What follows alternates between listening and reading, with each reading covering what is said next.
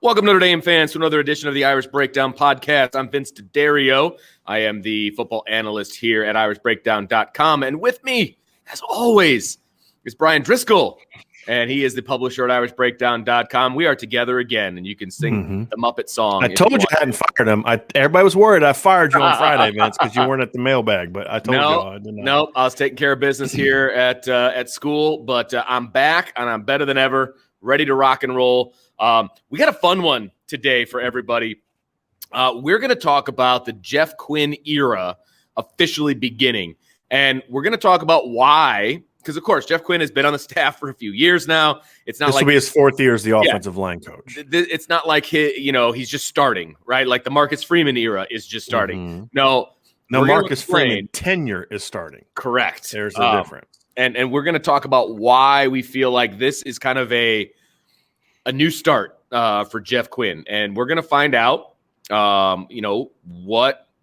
where Jeff Quinn is, what are his chops, honestly. And I think it's a lot. This is a fun discussion. This is going to be a really fun discussion. And it's going to be one that I think a lot of different people are going to come on different sides of it. And that's kind of what we wanted to do is kind of create a conversation where it's not going to be something where it's just us sharing analysis. It's us sharing our opinion and expecting that there's going to be people that don't agree with it and are going to push back. And that's part of the fun of having these kind of conversations, because look, let's just set the stage, right? So first of all, here's what's happening. You just lost Chris Watt, graduate assistant. And I love the Notre Dame fans are like, think it's, why are you acting like this is a big deal? He was a graduate assistant. Let me explain something to you. Okay. Chris Watt was hired by Notre Dame, by Brian Kelly, because the Notre Dame, several veteran Notre Dame players asked Brian Kelly to hire Chris Watt. Chris Watt wasn't your typical graduate assistant, right? Right. So, and we'll get into that a little bit. The other thing is you lost 4 starting offensive linemen. Correct. Right? All 4 were Harry Hiestand recruits. Yep. And 3 of the 4 had basically, 2 of the 4 had started games under Harry Hiestand, and that would be Robert Hainsey and Tommy Kramer. And these guys were recruited and handpicked by Harry Hiestand, all played for Harry Hiestand for at least a year. Right. And the only one that didn't play for him, Aaron Banks and Robert Hainsey only played for a year, but Robert Hainsey started games as a true freshman under Harry Hiestand. So you went from having 4 starting offensive linemen that were Harry Hiestand recruits and had been coached for part of their career by Harry Hiestand to now there's 1, and that's Josh Lugg, right, who only played for Coach Hiestand for a year. So and never started underneath him. I mean, correct. He was a redshirt freshman, all of that. So right. So you lose your sort of your last, and the guys that played, the starters that played, still had a let's just say that Coach Hiestand's hand was a lot more involved than you'd think. Correct. And leave it at that. And those guys are now all gone. Sure. You had Chris Watt, who played under Harry Hiestand and was a legitimate Harry Hiestand disciple, very close to Coach Hiestand. I don't think it's a coincidence that Chip Long is the person who gave Chris Watt his first offensive line coaching job. That is where Chris Watt has gone, is to Tulane, where Chip Long is the offensive coordinator. Right. Coach Chip Long and Coach Hiestand have a very, very good relationship. So again, there's a lot of connections there. This is a Harry Hiestand guy. He very much coached in ways that were very similar to what he learned during his tenure at Notre Dame playing for Coach Hiestand. So you had the Harry Hiestand blueprint was still very much on the offensive line in 2020 more than the previous 2 years because of the presence of Chris Watt. And so this is going to be our first glimpse of seeing what a Jeff Quinn offensive line looks like from the standpoint of not just guys that he's primarily coached, which was true last year.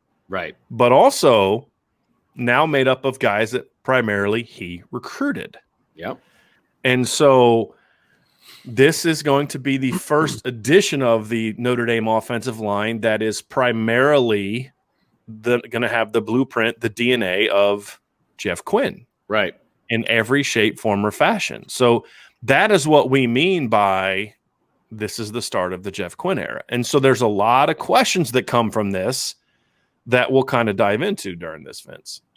So I want to, you talked about the Chris Watt influence and how important that was and how he was basically an extension of Harry Hiestand. Mm-hmm. And you kind of went a little bit into his backstory. I feel like there's some other stuff that you want to put out there about Chris Watt and why he was so important to this group. And then we'll talk about his actual influence on the offensive line, right? Specific to when he was the graduate assistant versus when he wasn't the graduate assistant. So like with anything, not everybody's has the same role at different schools, right? Sure. Some graduate assistants are just literally that. They're just, they run the scout teams and they do things like that. Chris Watt was not your typical graduate assistant. He was essentially like a co-offensive line coach. It was correct. It was kind of like in 2017, Tommy Reese was technically a graduate assistant. Does anyone think he was your typical graduate assistant? No, yeah. He had an office, Right. He was the quarterback's coach. Right. It affected his bank account, but that's about it. Well, right. And Chris Watt played in the NFL for several years. I think his bank account's okay.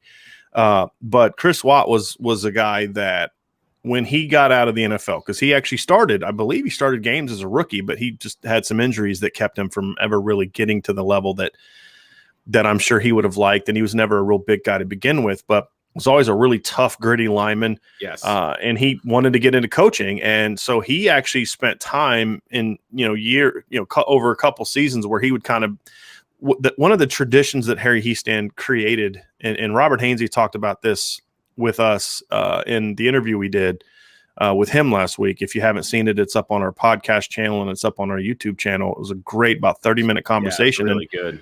He talked about the impact he wanted to leave at Notre Dame. And he talked about how every offseason, Zach Martin, Quentin Nelson, Ronnie Stanley, Chris Watt, Nick Martin, all those guys that played under Coach Hiestand would always come back. And they'd come back to camps. They'd come back to work out with the guys that are currently on the team because there's like even though I'm gone, that's still my legacy. Yeah. And so there was very much a buy-in. Well, Chris Watt was one of those guys. And so for whatever reason, the players really connected well with Chris Watt and really took to him and sought his advice and allowed themselves to be coached by him in some ways. And, sure. And what I was told by multiple sources is that the players went to Brian Kelly before the 2019 season and said, we really think we'd really like to have him here. And it didn't work out for whatever reason. I don't know if Brian Kelly was resistant to it or it didn't work out for Chris Watt. I don't know the answer to that. I just know that they didn't make that move.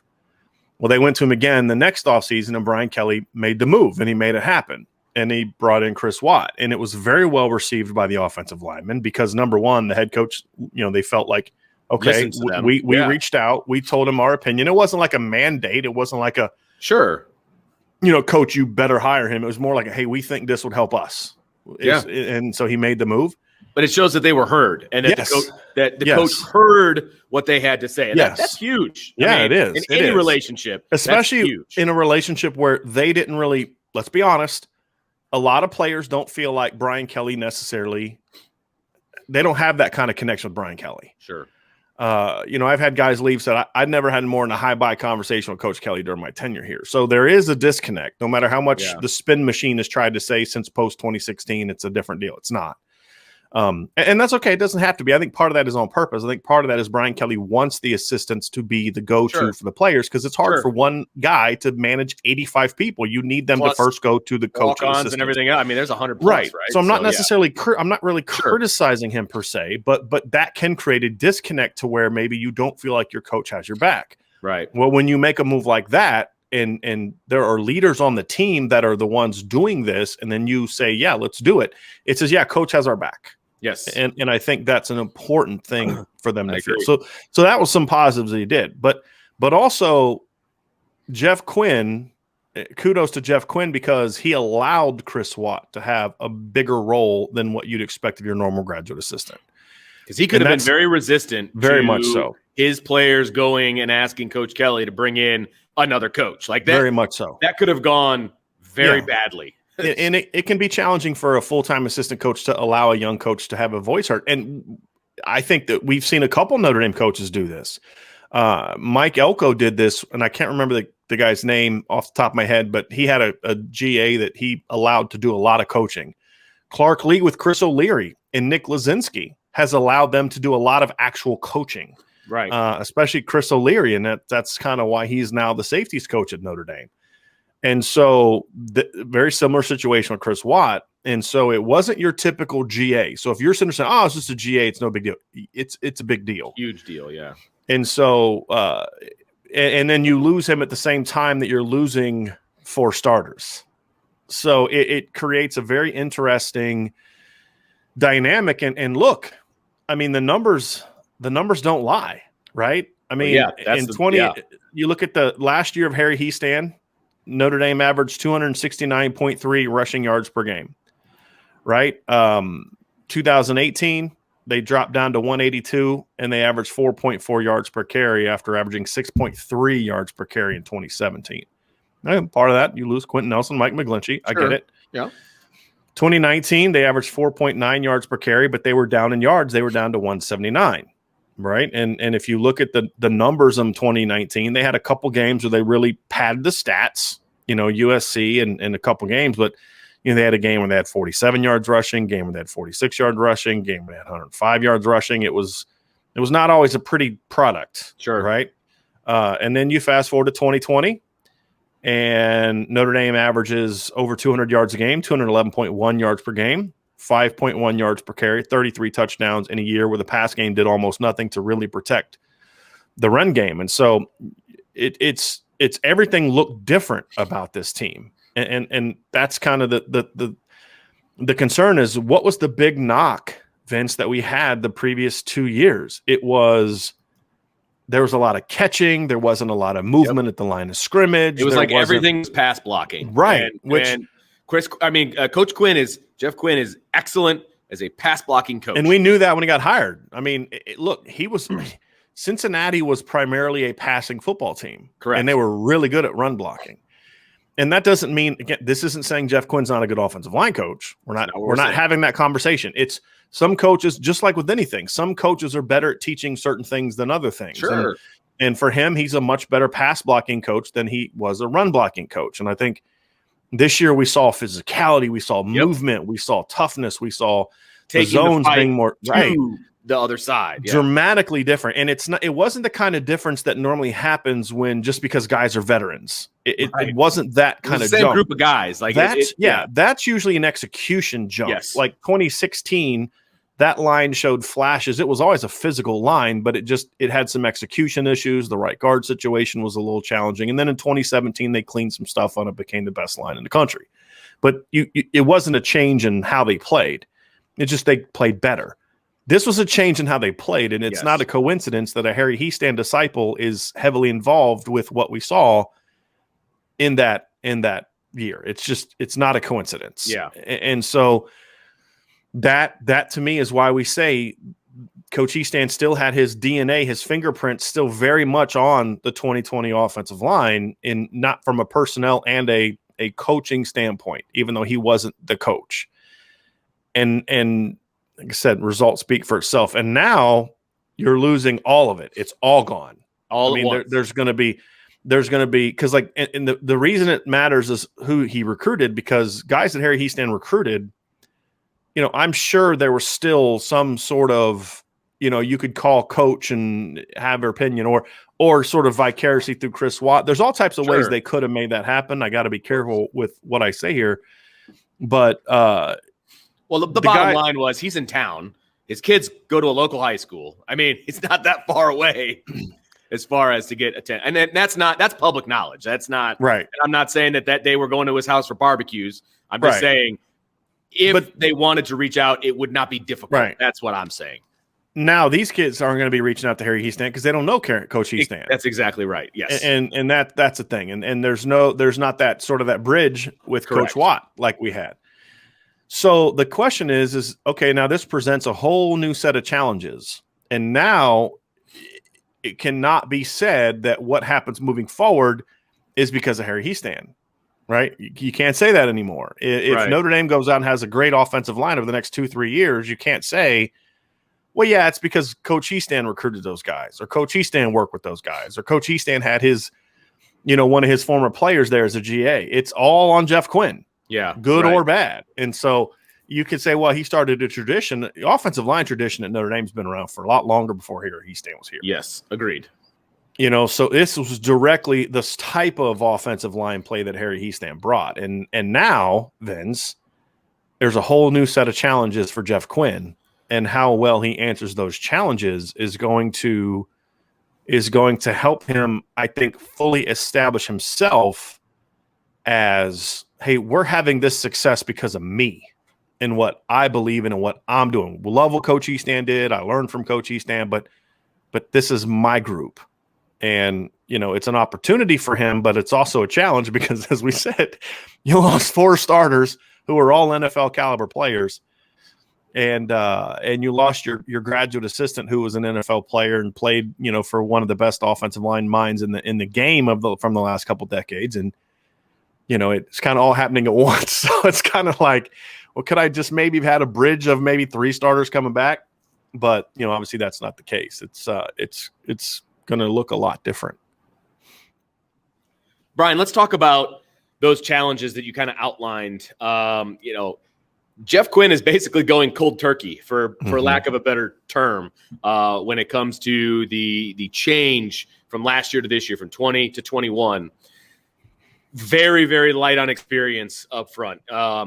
Obviously, Jarrett Patterson is a returning starter, but he's not going to be most likely returning to the position that he is a returning starter from. And we don't know how much he's going to be available this spring. And Josh Lugg is a returner, but he's not a returning starter. He does have starts under his belt. I think 9, right? Yeah. I believe 8 or 9. But he was basically the 6th man. At 3 different positions. Right. And so he brings experience. Yeah. He brings experience, but he's not technically, a returning starter. So very light on experience up front. That's going to be a big challenge for Jeff Quinn going into 21. Yeah, and this is a position that I think is going to be hurt more than most by the fact that Notre Dame's offense underachieved last year. And look, here's the reality. We have to be able to kind of find some common ground. You can still love Brian Kelly and love Tommy Rees and love Ian Book and still admit the fact that the offense wasn't as good as it should have been. Well, you have or to. Wasn't a great offense last year. I mean, the fact is they played 12 games. 6 of those games were against teams that had a record under 500. And 2 of those games against opponents with a sub plus 500 record, they were 6-5. And one of those 6-5, in both of the games against 6-5 teams, they scored over 40 points, ironically, against Pitt and Boston College. You scored 27 points against a Duke team that gave up over 30 points a game. You scored 12 points against a Louisville team that I also believe gave up over 30 points a game. The problem with all of that, and you were late pulling away from Syracuse. You were late pulling away from Georgia Tech. The problem with a lot of that is the fact that you didn't get your backups in against Duke. You didn't get your backups in against Louisville. Those are games where for Clemson, their second string offensive line is getting 15, 20, 25 snaps. And you knew going in that you were going to lose the majority of your offensive line. Whether Aaron Banks comes back or not, you're still losing 3 guys. And you knew that going in. Well, it's one of those things where Brian Kelly has never shown that he really cares much about that. And I think that's a mistake. And it is what it is. I don't want to harp too much on it because then people think it's just being critical of Brian Kelly. But the fact is that the offensive linemen didn't get a lot of playing time last year, and against a schedule where they should have. Yes, agreed. And so you look at it and say, well, these guys just don't have a lot of game experience. Period. I mean, some of the players that we're going to talk about is in contenders for starting jobs don't even have 100 career snaps. John Dirksen, Michael Carmody, I don't think played a single snap last year. Tosh Baker played 7. Quinn Carroll barely played last year. Even Andrew Kristofic, who's played as a rotation guy the last 2 years, I don't believe is to 100 career snaps. When you go look at Clemson last year, it was 2019 actually. They had like 4 or 5 backup offensive linemen got well over 100 snaps against a schedule that's pretty comparable to the one Notre Dame played this year, which is not a strong schedule outside. You're on the same conference. I mean, you're going to have a similar schedule, right? And so that's going to hurt. That's a challenge for Coach Quinn as well, because it's one thing to have starting experience, and it's another thing to say, hey, well, look, yeah, he didn't start any games, but this kid's played a lot. They don't have that. And even Zeke Correll, who got 2 starts, that's about the only playing time he got. He barely played against Pitt, and he didn't play that much against South Florida. So the 2 starts were most of his experience, and then he didn't play any at all the year before that, which isn't surprising. He was a freshman the year before that. So you're going into a situation, Vince, where you not only lost a lot of experience, a lot of production, a lot of leadership, but you're replacing it with guys who really don't know what the battle is like. And that presents an incredibly unique circumstance for an offensive line coach more than others. I don't believe that experience is overly important at running back or wide receiver. I just don't. I think offensive line and quarterback, especially offensive line, are 2 positions where experience is so important. Yeah. Because it's not just you out there. Like if you're a receiver, hey, I know I got to run a route. I know what the route is. I know the technique, and I'm going to run the route. Offensive line, it's you're always working in concert with somebody else. Yep. You know, it's like the difference between a solo singer and a guy that's in a group. If a solo singer could be off key or do whatever, and just start making stuff up, and no one knows, it's just a great show. But if 2 of the 5 in the in a group of singers start doing their own thing, it's going to sound terrible. Yeah, it's like what? That's good. Is this guy drunk?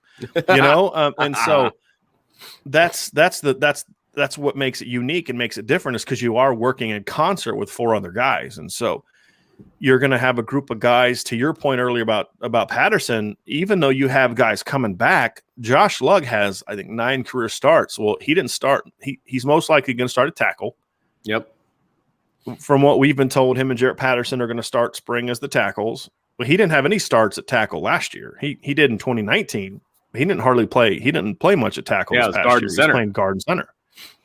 Zeke Correll had 2 starts, but that's really about the only experience he had. So you're really light on experience, and especially at guard, there's a ton of question marks. So that's what you have. That's what he's up against. That's what's on his plate. And the expectation should be that the offensive line is still going to be good. That's the other thing. You're at Notre Dame. You've recruited top linemen year after year after year after year. Clemson lost 4 starters along their offensive line this year, and guess what? They still scored over 40 points a game, despite not having their starting quarterback, all-generation quarterback, for 2 games.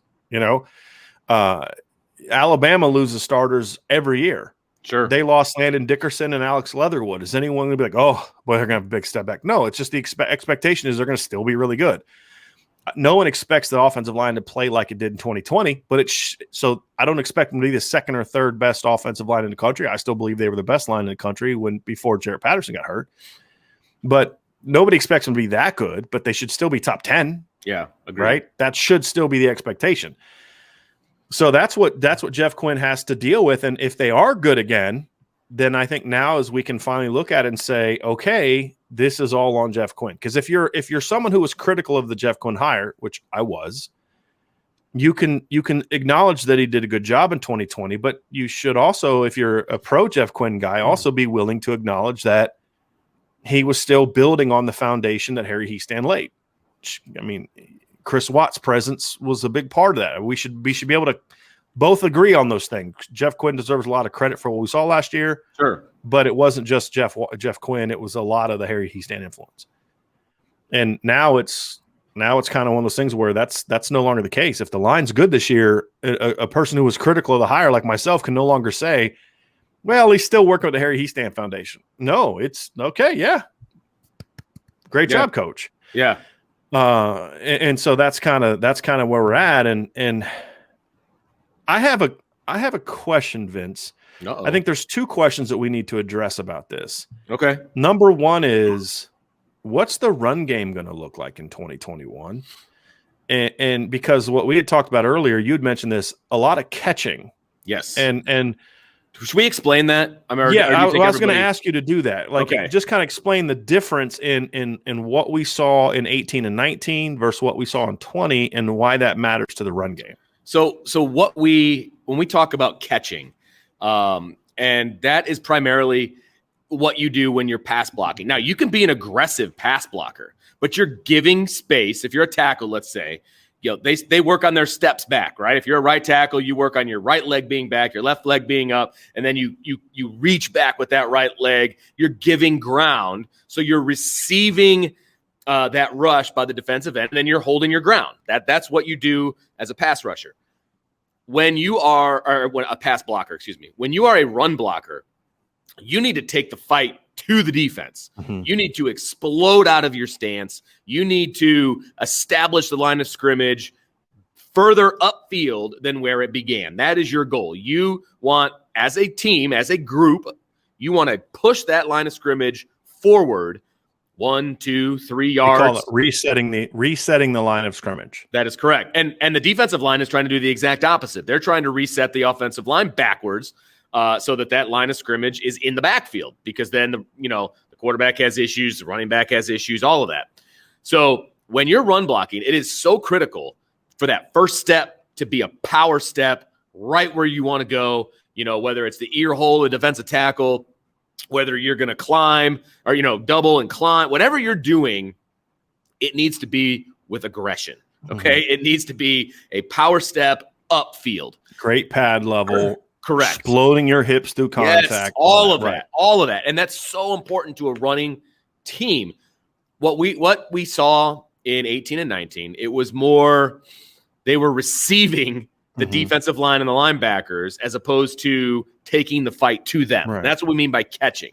It was more like they were pass blocking at all times.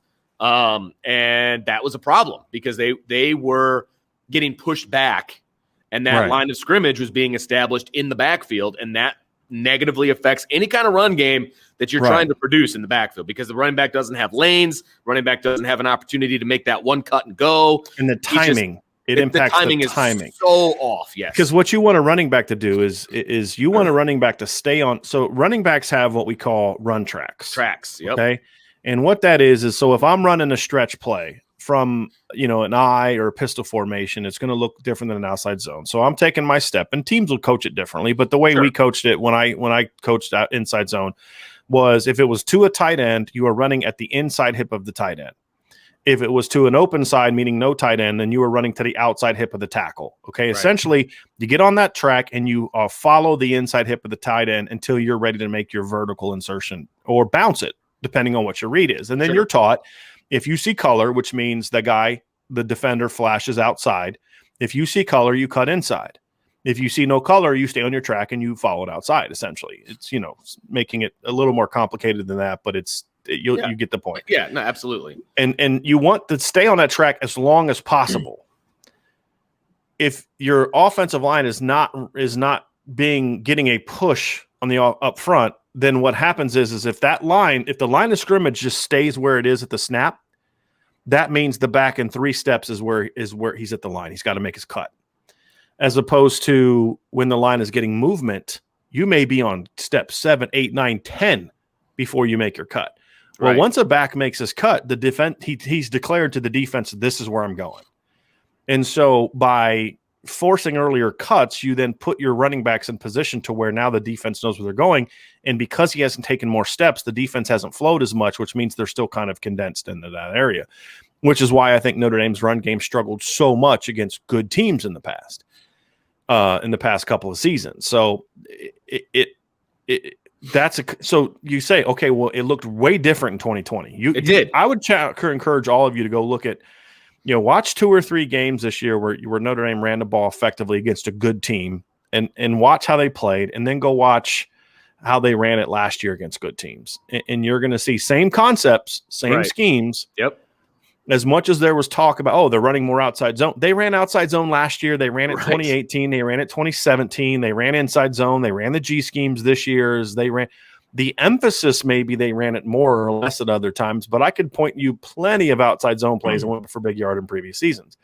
The difference this year is they just executed it so much more effectively. Right. Yep. And so how's that going to look? Because here's the thing about Coach Quinn when he was hired. What we said was he's going to be really good pass blocking. And that was my one knock on Coach Easton. Sure. I felt at times Notre Dame was too aggressive up front, where it would hurt them a little bit as pass blockers. We saw that with Mike McGlinchey, especially in 2017. So you have to ask yourself, okay, great pass blocker. But like you said, I love how you started with talking about pass blocking first, because it's a mindset difference. Pass blocking and run blocking is a mindset different, and the great coaches can kind of get you to do both. I personally I'd rather err on the side of the Harry Hiestand issue where maybe you're a little too aggressive. Sure, me too. Then you're being too passive. Yes. So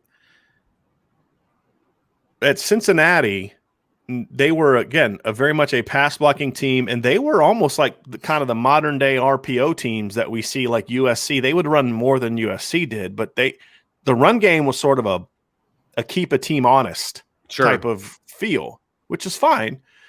I personally like to be more running oriented, but that's kind of how they were, and that was my concern. And then, of course, the last 2 years, Notre Dame wasn't real good at running the football.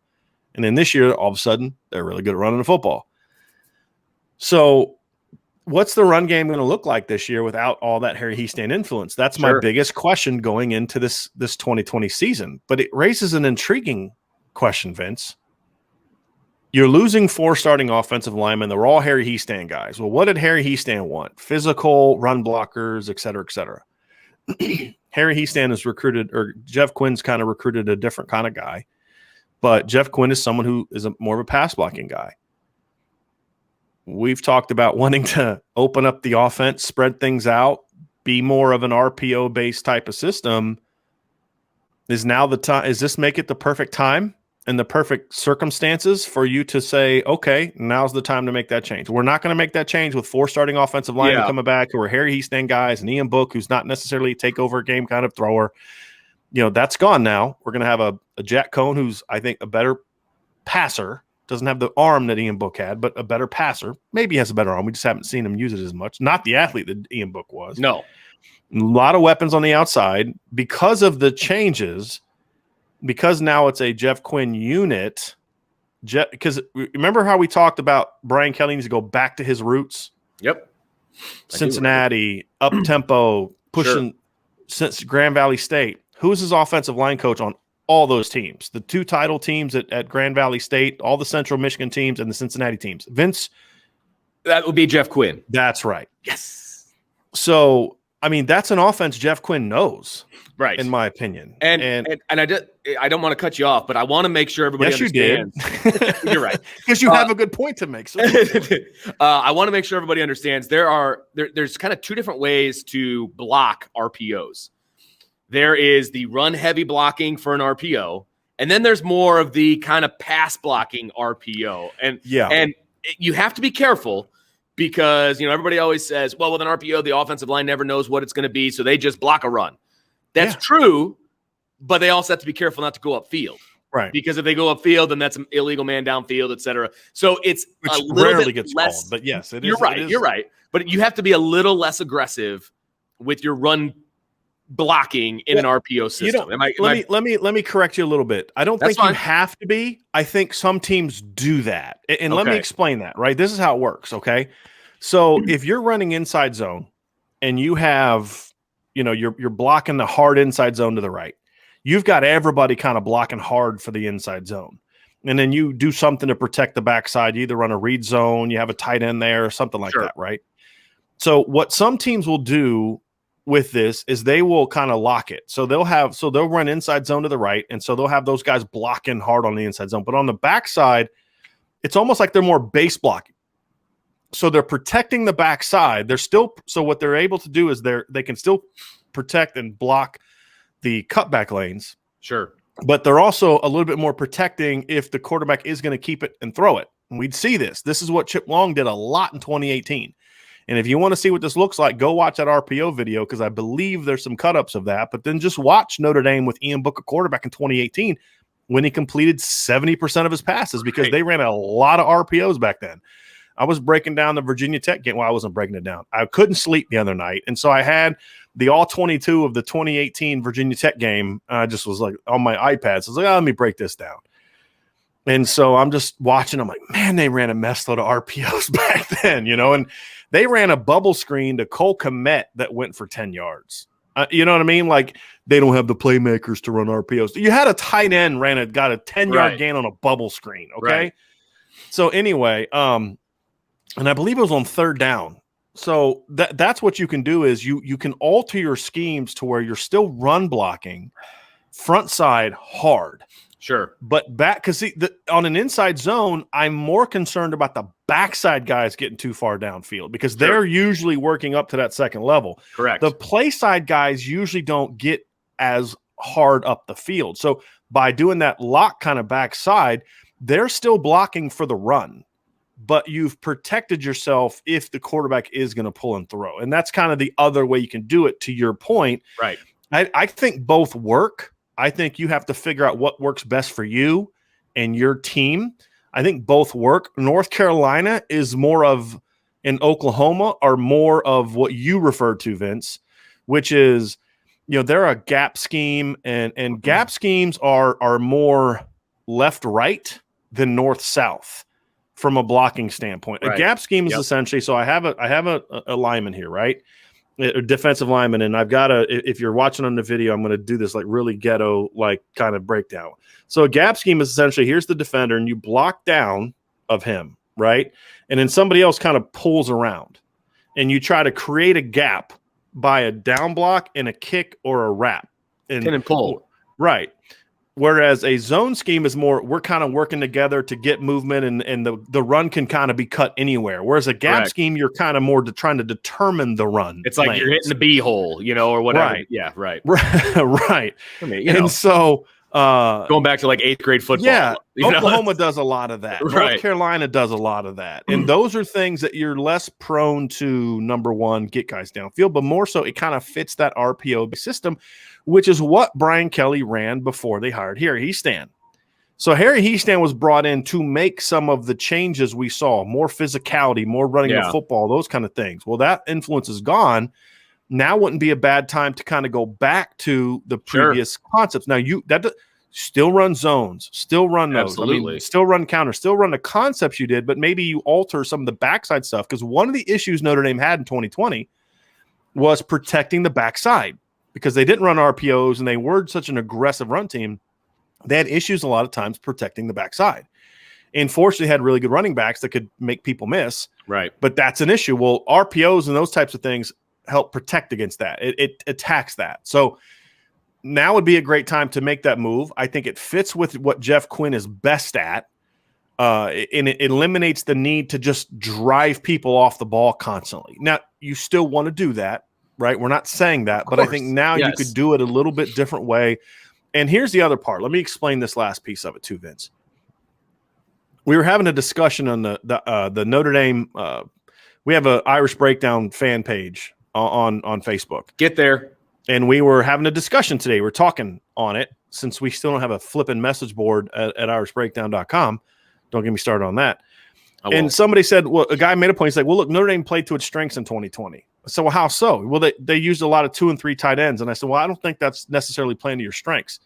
That's just a personnel grouping. Playing to your strengths means you have really good tight ends, so you use them in all types of different ways. Tommy Tremble caught 8 passes in the first 2 games. He caught 11 passes in the next 10. Yeah. That's not using your strengths. Brock Wright being on the field and never being a pass weapon is not using your strengths. In fact, what you've done is you've made your strength, which is running the football, even harder. Because you've got more tight ends, you got more guys in the box. Well, and because you're not using them in the pass game, teams can be more aggressive bringing their safeties down. Absolutely. They can be more condensed, and there's less room to run the football. I mean, again, I'm going to point out once again that Kyron Williams, who I think we would all agree is a better running back than Tony Jones Jr. Can we all agree on that? And I love Tony Jones Jr. Kyron's better. Kyron averaged 5.3 yards per carry last year. Tony Jones in his last year, 2019, averaged 5.95 yards per carry. The last time Notre Dame had a starting running back that averaged fewer than 5.9 yards per carry was all the way back in 2014. Right? So he was significantly lower, Kyron Williams, in yards per carry than any back since 2014. That's not because of Kyron Williams. That's because he was always running into outnumbered boxes, and the line was so good, and him and Chris Tyree were so good they could still be successful with it. Sure. If you change your scheme to be more balanced, to where if you are going to be 3 tight ends, you better throw it more. Mixing up your personnel, those things take pressure off the run game, which takes pressure off the offensive line. Finding ways schematically to take pressure off the offensive line is so important in this particular year. And so that's why I say, even though we're talking about the Jeff Quinn era beginning, it's almost kind of, it's like, I didn't mean it this way at the beginning, but now I kind of feel we need to say that is part of going back to your roots with Brian Kelly means it's time for Jeff Quinn to go back to his roots as well. And you've got a guy, I mean, you guys did it together. You guys were already together doing this. Let's Right. Hey, let's get that old playbook out of mothballs and let's make it Doesn't happen. mean you don't run the ball. Oklahoma I'm not runs the saying that at ball a all. mess. Yeah. North Carolina throws the ball a lot. They had a quarterback that had almost 4,000 yards passing last year. They threw for well over 300 yards a game, and they had 2,000-yard running backs. That's Correct. the great thing about the modern era is you can do both. Oklahoma's had 2 straight Heisman-winning quarterbacks, and I think Jalen Hurts finished second or third, right, in the third year. And they ran for over 200 yards in, I think, all those seasons. So it's a different era. And so that's what – I'm not saying go back to where you run the ball as sort of a keep teams honest, but be a running team that spreads the field – uses more RPOs, gets the ball outside, does those type of things, because I think that's going to take a lot of pressure off the offensive line in a year where you need to take pressure off the offensive line. And so I think that's a big year for him. And I also think this is a huge year for Jeff Quinn, and we'll get into this another time. I think it's a big year for him as well on the recruiting trail. I agree. Because there are some areas where the offensive line recruiting has been really good the last couple of years, but there's also some areas where it's been problematic. And this class is going to have to fix that. And as I look and see a lot of the top tackles in the country, I don't see Notre Dame leading for a lot of those guys. Yeah. And so finishing strong in the recruiting trail is going to be a big part of it. And I feel like success on the field this season in the ways that we talked about with all those personnel losses is only going to solidify his standing as one of the better line coaches in the country. I don't think he can claim that yet. His 2020 line was one of the best, but again, extenuating circumstances. If he can be successful on the field this year, then a lot of the knocks that teams have used against him, that's Harry's guys, that's Harry's team, blah, blah, blah. That's all gone. Right. Which is going to then make him a more effective recruiter as well. So that's why I say it is the beginning of the Jeff Quinn era, but it's also a big year for him because this year could have a big impact on what the future of the Notre Dame offensive line is going to look like, which in turn refers to the future of the Notre Dame offense. And, this is an opportunity for Jeff Quinn to kind of, show everybody that he can do it at this level and he can do it at this level by himself because, we don't know what the graduate assistant situation is. It won't be Chris Watt. It won't be a Chris Watt kind of guy. Those are rare. Yes. Those are rare. Right. And so this is all on his shoulders, good or bad. This is all on his shoulders. And look, we were both critical of the Jeff Quinn hire when he came in, but we're both willing. If he goes out there and this offensive line has one heck of a year, look, I'll be the first one in line. I've already praised them. I mean, I thought again, look, he did some really good things this past year, and to allow Chris Watt to come in, I think it was huge. Kudos, absolutely huge. Kudos. To take a step back. Or just to allow that other voice, I think is he didn't take a step back. He was still very involved, but it's allowing someone else to have a very strong voice in that room.